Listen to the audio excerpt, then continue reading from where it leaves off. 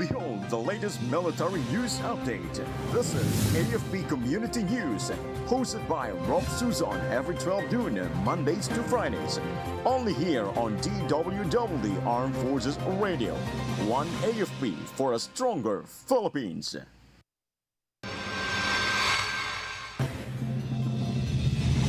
34th IB seizes 19 firearms in bomb operation.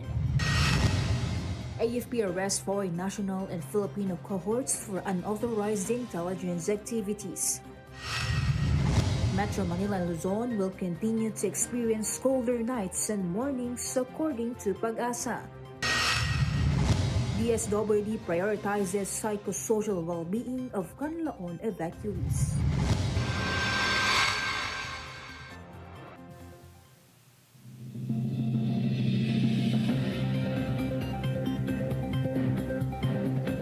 Good day everyone, especially to our troops at Camp Emilio Ginaldo in Quezon City. Today is Tuesday, January 21, and this is AFP Committee News, your source for the updates on the armed forces and other developments across the country. I'm Rofh Suzon-Abay, here to bring you today's stories. DWDD Armed Forces News. For the brief overview of our news, troops from the 34th Infantry Battalion confiscated 19 firearms of various types during an operation in Barangay Lower Panangkalan, Pahamudin Barm Special Geographic Area yesterday. According to a 34th IB Commander, Lieutenant Colonel Edgardo Batinay, the seizure resulted from the swift civilian reports of armed men in the area. The presence of government forces thwarted any malicious plans by 25 armed individuals who fled upon spotting the troops leaving behind their weapons. Lieutenant General Antonio Nafarete, the commander of the 6th Infantry Division and Western Mindanao Command, commended the 34th IB for its swift action. He also emphasized that the display of firearms violates the gun ban under COMELEC Resolution number 11067 for the election period. DWDD Armed Forces News. The Armed Forces of the Philippines, in coordination with the National Bureau of Investigation, arrested a foreign national and 2 Filipino accomplices for conducting unauthorized intelligence, surveillance, and reconnaissance activities. This operation highlights the AFP's proactive approach in safeguarding national security. The AFP has also activated the Intelligence Command and reorganized the Cyber Command to strengthen its capabilities against emerging threats, including the cyber and modern technological challenges. With advanced ISR systems, stricter protocols, and public cooperation, the AFP remains committed in protecting the nation's sovereignty and stability. The Filipinos are urged to stay vigilant and support the national security efforts. Armed Forces Radio. For other updates, let us hear from Jai about 6FAB sponsors Mass for Feast of Santo Niño de Cebu.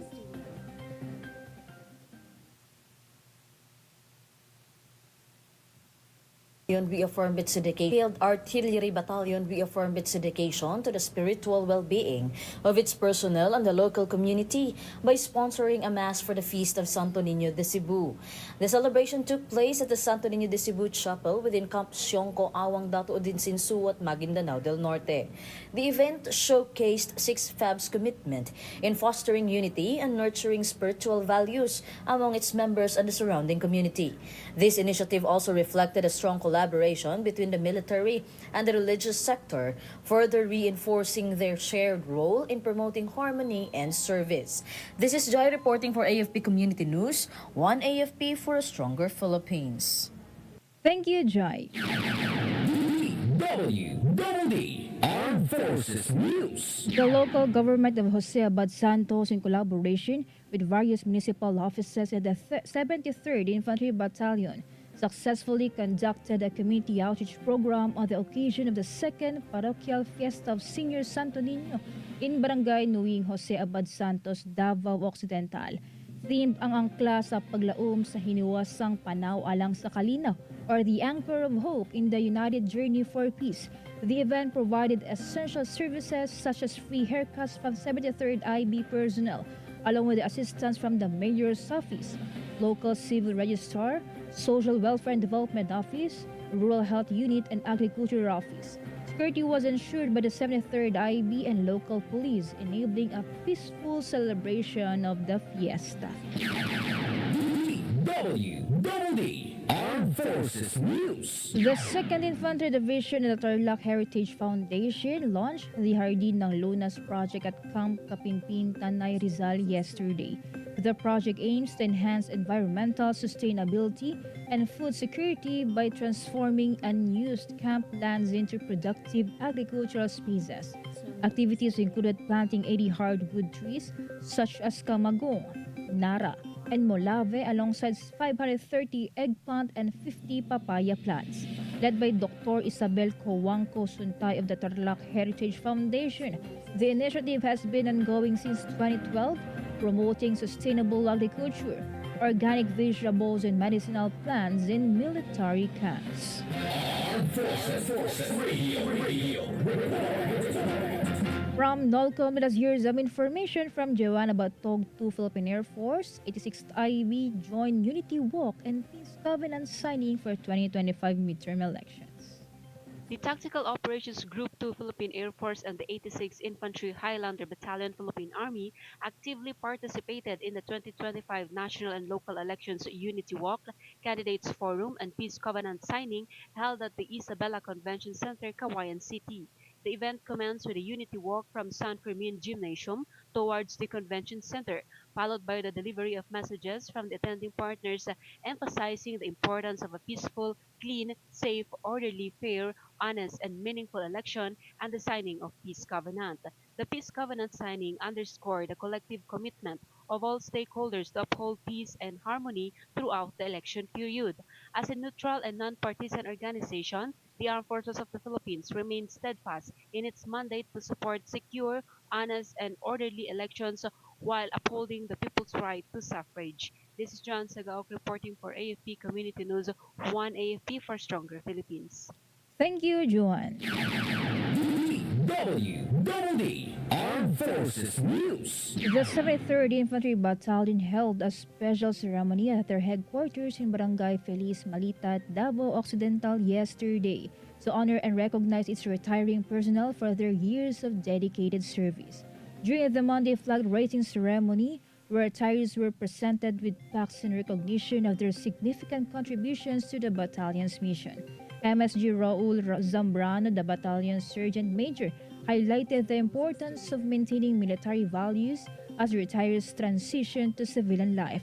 Lieutenant Colonel Chris Mendoza, the commanding officer of the 73rd IB, raised the retirees as exemplary figures and encouraged the troops to take pride in their service, citing the retirees' dedication as a lasting example of duty. DWDD National News. For our national news, Metro Manila and Mo's area in Luzon will continue to experience colder nights and mornings. This is caused by the strong northeasterly winds that blow from the west or the northeast monsoon or amihan. Pag-asa weather forecaster Chanel Dominguez said the country would remain storm-free in the coming days. However, cloudy skies with scattered rains and isolated thunderstorms would be experienced especially over northern and eastern Samar due to the shear line. Another weather system, the easterlies have also been affecting the Nagat Islands, Surigao del Norte and Surigao del Sur, where overcast skies with scattered rain showers and thunderstorms would be likely. Armed Forces Radio. On the other line, let us hear more from Gina about RZPA welcome its new acting commander. Yes, Rofh, the Reserve Command Philippine Army welcomed its new acting commander during a change of command and retirement ceremony at Camp Riego de Dios, Tansa, Cavite yesterday. Brigadier General Samuel B. Manzano succeeded Major General Romulo A. Manuel Jr., who retired after 38 years of military service. Army Chief Lieutenant General Roy M. Galido, who presided over the event, praised the outgoing commander for his leadership in disaster response and nation-building efforts. Brigadier General Manzano, who briefly led the RCPA in 2022, brings extensive experience from key positions in the Army's elite units. This is Gina reporting for AFP Community News, 1 AFP for Stronger Philippines. Thank you, Gina. DWDD National News. The Department of Social Welfare and Development continues to prioritize the psychosocial well-being of those displaced by the Canlaon volcano eruption. DSWD spokesperson Assistant Secretary Irene Dumlao said they are conducting psychosocial activities at the child-friendly and women-friendly spaces in the evacuation centers. These aims to elevate the stress and anxiety of the evacuees. Aside from this, Dumlao added that personnel from the DSWD's Field Office 6 helped set up temporary learning sessions for children at La Castellana Elementary School to ensure that the children's education is not disrupted. DWDD National News. President Ferdinand Marcos Jr. said there was a high chance he would approve the extension of duty of Philippine National Police Chief Romel Francisco Marbil. Marcos said that there is a very strong argument for Marbil's term extension, as it would not be good to change the chief PNP in the middle of a campaign period and an approaching election. The chief executive there still studying it.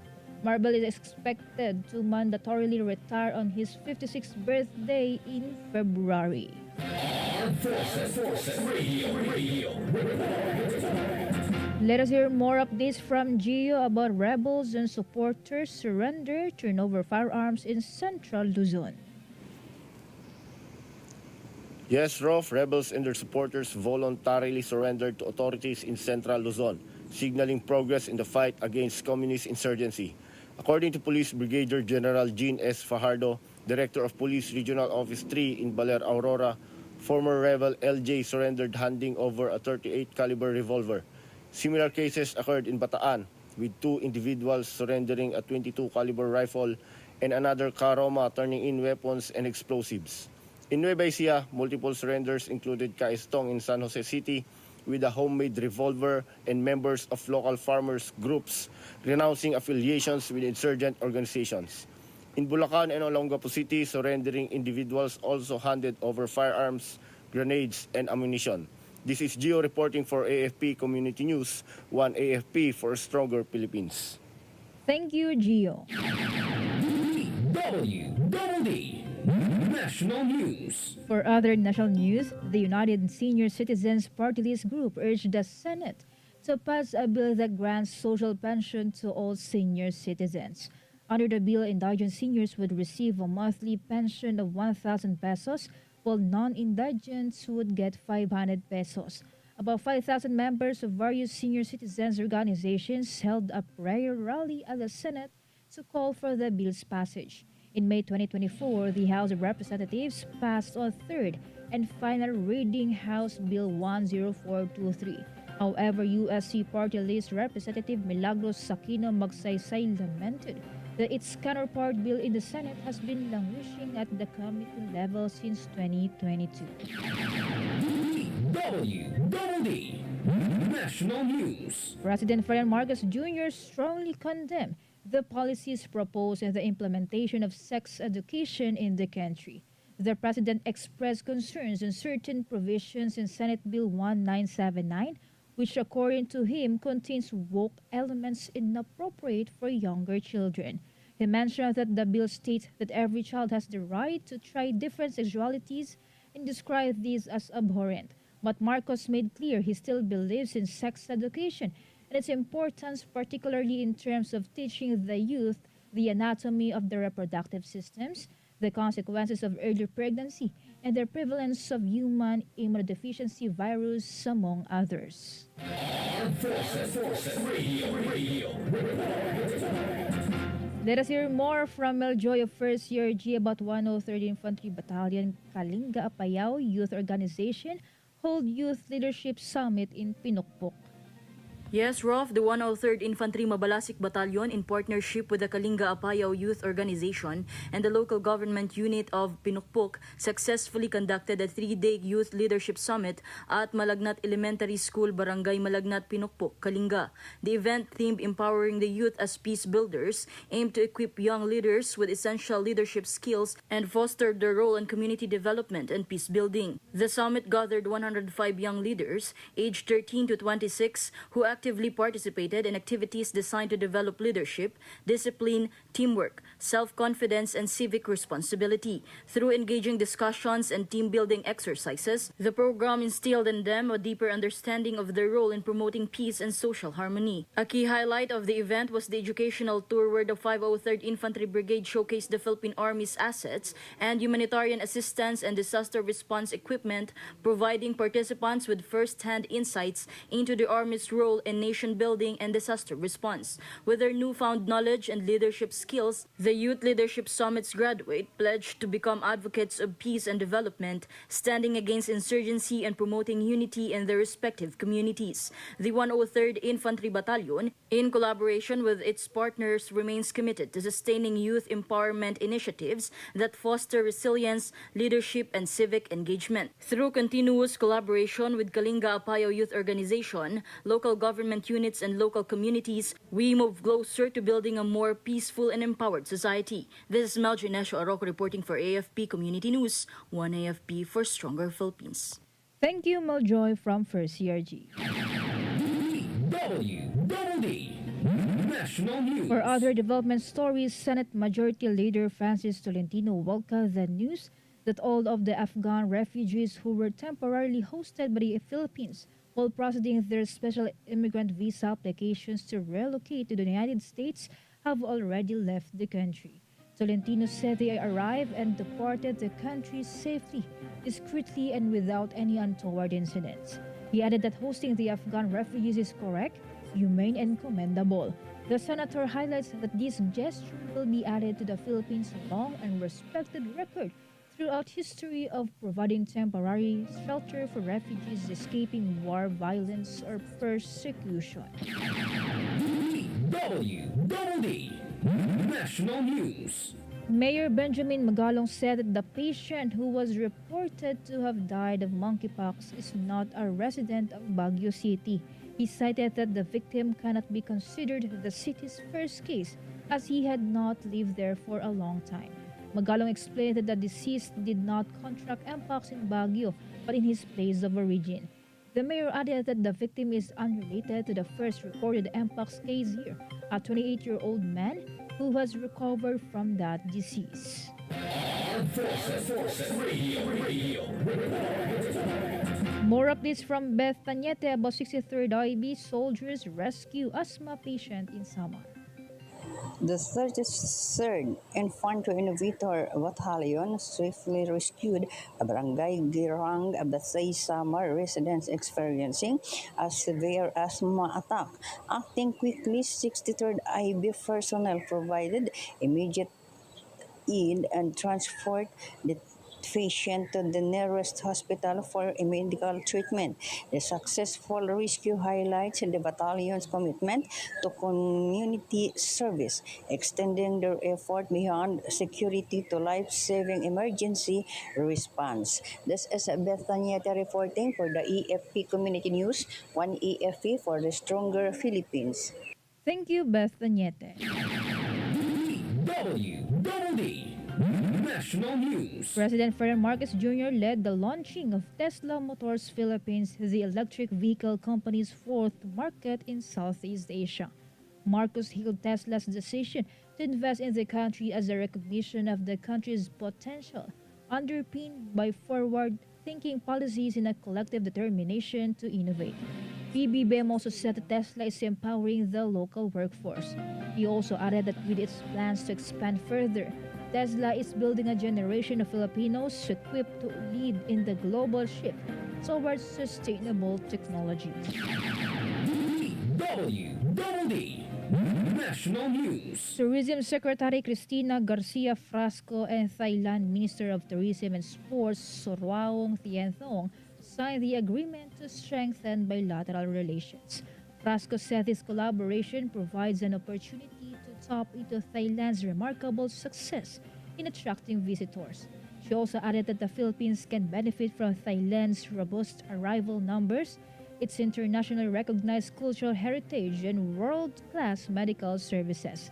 The partnership will run from 2025 to 2030. Armed Forces Radio. From Solcom, let's hear from Sena Second ID launches Hardin ng Lunas in Camp Kapinpin. The 2nd Infantry Jungle Fighter Division, in partnership with the Tarlac Heritage Foundation, launched its Hardin ng Lunas project at Camp Kapinpin on January 20. The initiative aims to promote environmental sustainability and food security by transforming unused camplands into productive agriculture spaces, reward in addressing food security and climate change. The project involves the planting of 80 hardwood trees including kamagong, nara, and mulave alongside 530 eggplant and 50 papaya plants. The Hardin ng Lunas, which began in 2012, is a joint effort between the Philippine Army and the Tarlac Heritage Foundation led by Dr. Isabel Coangco Suntay. It focuses on sustainable agriculture practices including the propagation of organic vegetables and medicinal plants. The project's implementation at Camp Kapinpin follows similar initiative in other military camps, including Malacanang Park in 2017, Fort Magsaysay in 2020, Camp Bautista in 2021, and Camp O'Donnell in 2013 and 2023. This is Sana from Solcom reporting for AFP Community News, 1 AFP for a Stronger Philippines. Thank you, Sena from Solcom. Armed Forces Radio. And now let's hear a report on the ground about 4th Marine Brigade leads medical and dental mission in Ilocos Norte. Going for the details, Ami. Yes, Rofh, the 4th Marine Brigade, in partnership with Lawag Masonic Lodge number 71 and Alpha Philippine Omega Gamma Beta Chapter, successfully held a medical and dental mission in Adams, Ilocos Norte. The initiative provided essential services including free haircuts, blood pressure checks, wound care, medical assistance, security support, and distribution of McDonald's toys to residents. The mission highlights the brigade's dedication to community health and collaboration with local stakeholders, emphasizing its role in ensuring security and enhancing the well-being of the community. This is Amir reporting for AFP Community News, 1 AFP for Stronger Philippines. Thank you, Ami. DWDD National News. Two institutions, Boracay Island in Aklan, bagged tourism awards handed out by the Association of Southeast Asian Nations. The Malay Association of Sailing Boat Owners was awarded the ASEAN Community-Based Tourism Award for its commitment to sustainable tourism. Mandala Spa and Resort Villas Boracay, meanwhile, won the ASEAN Spa Services Award for its spa services. Department of Tourism Western Visayas said these achievements highlight the dedication of Western Visayas tourism stakeholders to sustainability and excellence. DWDD Armed Forces News. And that concludes today's broadcast. Thank you for tuning in, especially to our audience on AFP Radio DWDD's Facebook page. Be sure to join and catch us again tomorrow for more stories and updates, same time and same station.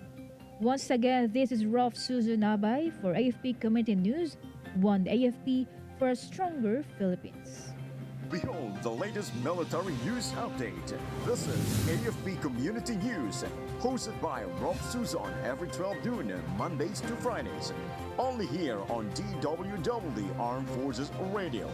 1 AFP for a Stronger Philippines. Ito ang DWDD 1134 kHz AM. Balita, impormasyon at musika. Ito ang DWDD AFP Radio. Boses ng Kawal Pilipino. Kayo ay nakatutok sa DWDD AFP Radio. Kami po ay kasapi ng KBP, Kapisanan ng mga Broadcaster ng Pilipinas.